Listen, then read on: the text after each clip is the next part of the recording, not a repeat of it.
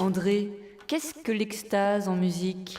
L'extase en musique, Elsa, on va la prendre au sens propre du terme. Extase, ça veut dire sortir de son corps.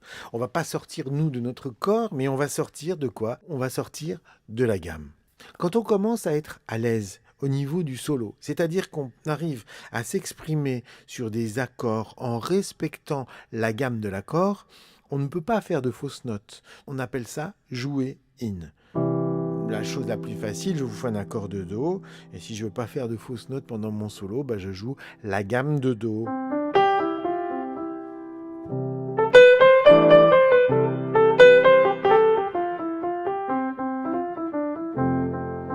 La même chose en Fa. Maintenant, si je passe en Si bémol,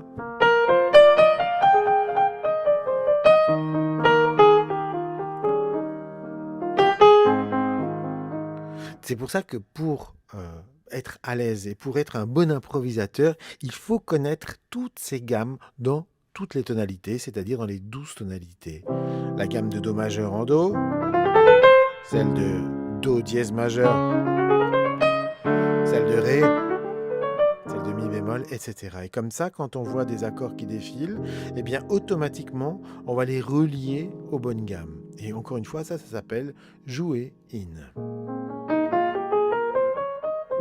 Et puis quand on commence à être bien à l'aise, et puis qu'on a envie d'explorer des chemins un petit peu nouveaux, on a envie de jouer out, c'est-à-dire de sortir de la gamme. Mais comment est-ce qu'on fait pour sortir de la gamme? Alors, une des choses les plus faciles à faire, c'est de prendre, quand on est sur un accord de Do majeur, par exemple, l'accord majeur qui est juste en dessous de lui d'un demi-ton. Pourquoi? Parce que je ne suis qu'à un demi-ton de mon ton principal. C'est-à-dire qu'en gros, je sors de ma gamme, mais j'en suis pas loin. J'en suis pas loin et en même temps, ça peut être très dissonant, puisque justement, je ne suis qu'à un demi-ton. Regardez, là, le Si et le Do, si je les joue en même temps, et c'est ce qui va se passer, si je joue sur une gamme, sur un accord de Do, une gamme de Si. Oh là là, il n'y a rien de plus horrible, on est d'accord avec ça. Alors, la technique consiste simplement à étaler l'accord et à résoudre immédiatement sur le Do. C'est-à-dire, je commence par faire des petits pas en dehors de la gamme et je ne reste surtout pas suspendu sur cette note-là, puisque dans le souvenir auditif, je vais avoir la dissonance, mais je vais résoudre tout de suite, c'est-à-dire que je vais considérer ces notes out presque comme des notes de passage. Et là, ça marche. Pourquoi ça marche? Parce que je joue ma gamme de Si, mais tout de suite, je vais résoudre sur un Mi qui est une note forte de la gamme de Do. Je vais faire pareil avec l'accord de Fa. Je vais jouer en Mi et je vais résoudre immédiatement.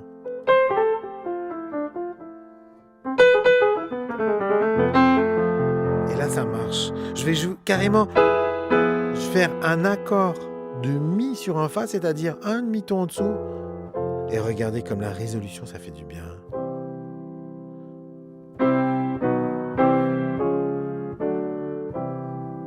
C'est parce qu'il n'avait pas d'argent que Charlie Parker a pris ces 12 tonalités. S'il avait eu l'argent pour se payer un prof de sax, son prof à l'époque lui aurait dit « Tu vas apprendre 2 tonalités, Mi bémol et Si bémol, qui sont les 2 tonalités du sax. » Lui, comme il ne savait pas, il les a toutes apprises. Et après, on l'a appelé Bird.